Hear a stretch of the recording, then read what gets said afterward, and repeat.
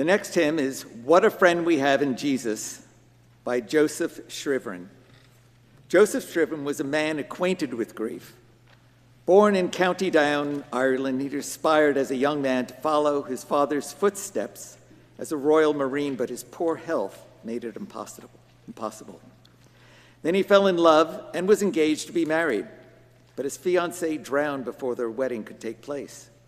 To put as much distance as possible between himself and that tragedy, Scriven then moved to Canada. While living there, he became engaged again, but his fiancée became ill and died before they could be married.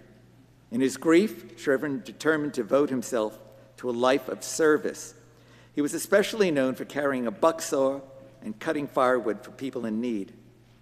Scriven received word that his mother was ill. He couldn't afford to return to Ireland, so he sent his mother a poem in the hope that would comfort her. The poem began, "What a friend we have in Jesus, all our sins and griefs to bear. What a privilege to carry everything to God in prayer." He later submitted a copy of his poem to a religious journal where it was published. A few years later, in 1866, he died. But his poem lived on in ways that he could never have imagined. Ira Shanky, a musician who worked with Dwight L. Moody, published it in a book of hymns, and soon, What a Friend We Have in Jesus was one of the best-known hymns in America.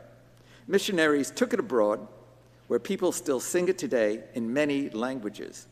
This hymn has maintained its popularity for a century and a half, probably because a man acquainted with grief, who happened to also be acquainted with faith, helps us to see that faith can triumph over grief.